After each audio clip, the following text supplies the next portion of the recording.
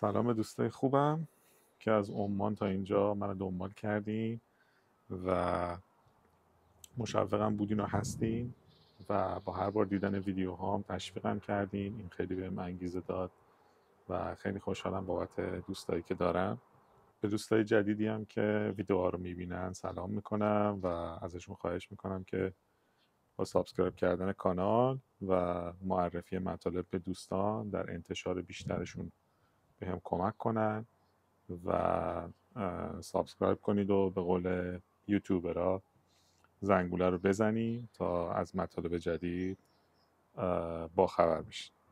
خب امروز زیاد وقتتون نمیگیرم، میخوام یه خورده از شرایطم توی نیوزلند بگم و از روالی که گذروندم یا در مورد مطالبی صحبت کنم که هر کس به عنوان یک پرستار اگر برای نیوزلند بخواد اقدام کنه باید اون روال رو بگذرونه و دنبال کنه.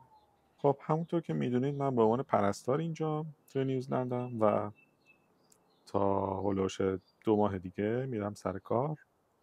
ولی خب هر کسی که به عنوان پرستار به نیوزلند میاد قبل از اینکه بخواد شروع به کار بکنه باید یه سری روال رو بگذرونه که کاملا رجیستر بشه، اجازه کار پیدا بکنه و بتونه در بیمارستان شغل پیدا کنه.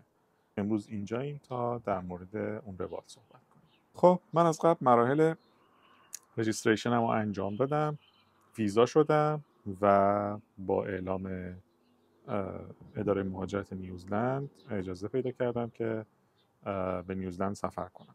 این مراحلی که الان توی چند ثانیه اعلام کردم برای من حدود 5-6 ماه طول کشید و به گفته اکثر دوستای فیلیپینی و هندی که داشتم برای من خیلی سریع انجام شد و مثلا دوستای فیلیپینیمون مراحل رجیستریشنشون چیزی هلوش 8 ماه 9 ماه حتی 1 سال اندی هم طول کشیده. یا دوستای هندی، البته اونا دوستای هندی داستانشون فرق میکنه چون که 99.9% هندی ها کارشون رو به ایجنسی هایی میسپرن که توی کار مهاجرت نیروی کادر درمان به نیوزلند هستن. شما میتونید از این ایجنسی ها استفاده کنید ولی من توصیه نمی کنم چون که این ایجنسی ها طبق قراردادی که با بچهای هندی میبندن تا هلوش 1-2 سال بسته به قراردادشون مقداری از حقوقشون رو به عنوان دستمزد برمیدارن. البته خب تمام مخارج کاراشون رو ساپورت میکنن، پول کپشون رو میدن، شغل رو براشون پیدا میکنن، ولی خب تا 1-2 سال از حقوقشون هلوش 20% یا 30% از حقوقشون رو ماهیانه برمیدارن که این زیاد جالب نیست. البته ویزا شدن من خیلی بیشتر از این داستانا طول کشید به علت یه سری از مسائل سیاسی و روابط بین الملل که من ورود نمی‌کنم. نمیدونم ولاگ مختصر سفر از تهران به نیوزلندم رو توی کانال دیدین یا نه، ولی اگه ندیدین لینکش رو براتون اون بالا میذارم. ببینید، دیدنش خالی از لطف نیست. اینکه از تهران چجوری پرواز کردیم و به نیوزلند رسیدیم و به کجاها رفتیم و اینها، حتما اون ویدیو رو ببینید. خب بعد از مراحل رجیستریشن، زمانی که نامه کپ رو بهتون میدن، شما باید طبق برنامه‌ای که بهتون اعلام میشه بعد از ویزا شدن خودتون رو به محل برگزاری کلاس‌ها برسونین و توی کلاس‌هایی که به مدت 8 هفته برگزار میشه شرکت کنین.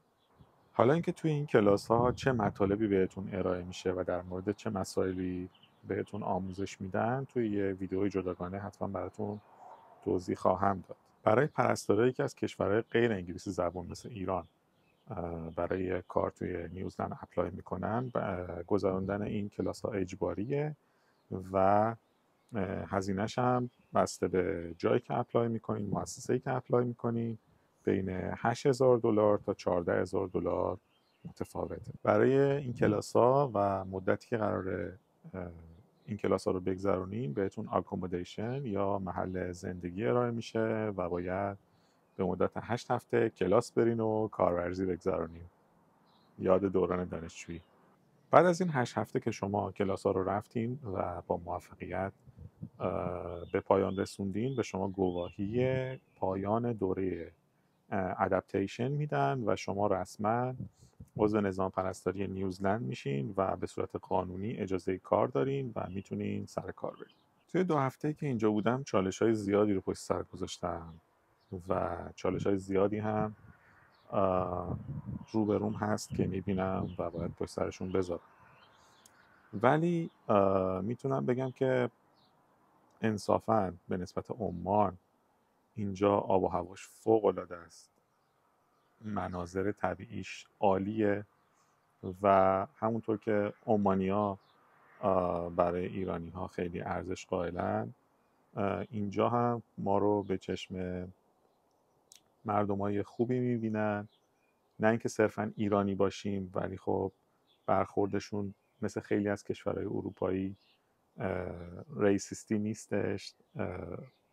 ولی به نسبت مخارج میتونم بگم اینجا یه مقدار از عمان گرونتره. مثلا زمانی که شما تاکسی میگیرین توی عمان مثلا یه مسافت 4-5 کیلومتری رو چیزی هلوش 3-4 الی 5 ریال حد اکثر هزینه تاکسی میدادیم، ولی اینجا همون مسافت رو بالای $20 باید پول تاکسی بدین. البته تاکسی هایی که توی خیابون هستن خیلی بیشتر میگیرن.